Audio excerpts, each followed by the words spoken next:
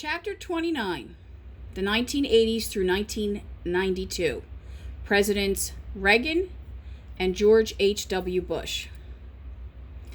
At this time, there was a big divide between liberals and conservatives. Liberalism is the belief that government should regulate the economy, protect the people, and help the disadvantaged. They are definitely for free speech and privacy. Conservatives distrust power of government. They want less government. They support freedom of enterprise and usually are very religious and believe religious faith and private efforts will help America. In the 1970s, Americans were upset with the economy and did not want to pay for the New Deal and the Great Society programs any longer. This was because of high inflation and high unemployment at this time. At this time, Billy Graham and Jerry Falwell preached on TV. This was new. Here is a list of conservative and liberal beliefs.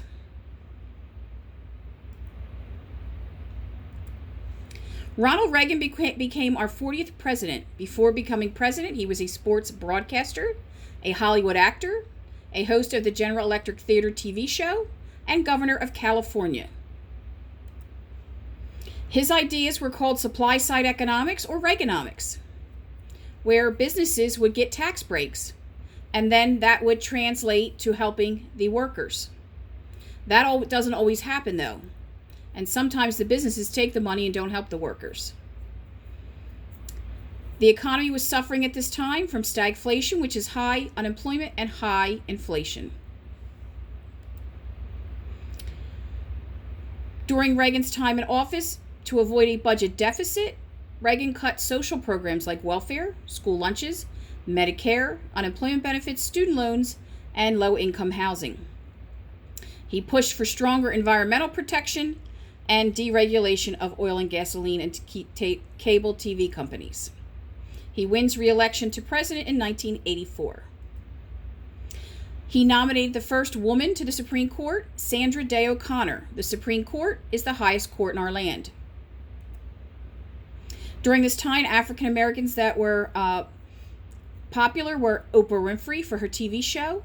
Martin Luther King, even though he had died, he became the first citizen of the United States to have a national holiday, and that started in 1986. Dr. Benjamin Carson became a famous neurosurgeon at this time for separating conjoined twins. He runs for president in 2016 and was part of Trump's cabinet. During this time, Reagan pushed for military buildup, even though we were mostly in peacetime. Also, he wanted to start a program called SDI, or Star Wars, that would intercept and destroy incoming missiles. Mikhail Gorbachev becomes the leader of the Communist Soviet Union in 1985, and Reagan and Gorbachev meet several times and have a good relationship and agree to limit nuclear weapons. In the 1980s, things were very different. Oops. Let's get that. And here we go. And things were very different. We started to see a lot of middle-class growth. We started to see discount retailers like Kmart, Target, Walmart, Home Depot. New music called rap became very popular. There was a rise in cable television, ESPN, HBO, CNN, MTV, BET.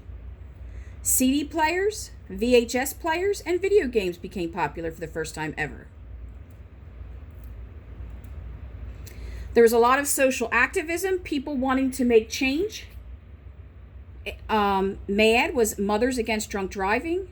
AIDS became an epidemic, and people began to fight for research to how to stop this. AARP, which is still around today, for senior citizens became popular. And sexual orientation discrimination started the Gay Liberation Front to fight this discrimination. In 1988, George H.W. Bush becomes the 41st president. He vowed he would never raise taxes while he was president, and unfortunately he did, and only served one term. During his time, he asks Russia to stop communism, and they do in 1991 and go back to being called Russia. In communist China, the students have a protest where several people are arrested and killed. The Persian Gulf War happens, where the dictator of Iraq, Saddam Hussein, invades the neighboring country Kuwait. Kuwait had a lot of oil, so in Operation Desert Storm, we go and help free Kuwait. During the 1992 election, there were three candidates. There was Bill Clinton for the Democrats, George H.W. Bush for the Republicans, and a third-party candidate, which we don't see very often, Ross Perot, a very wealthy businessman. Ross Perot took votes away from Bush, and then Clinton won the election.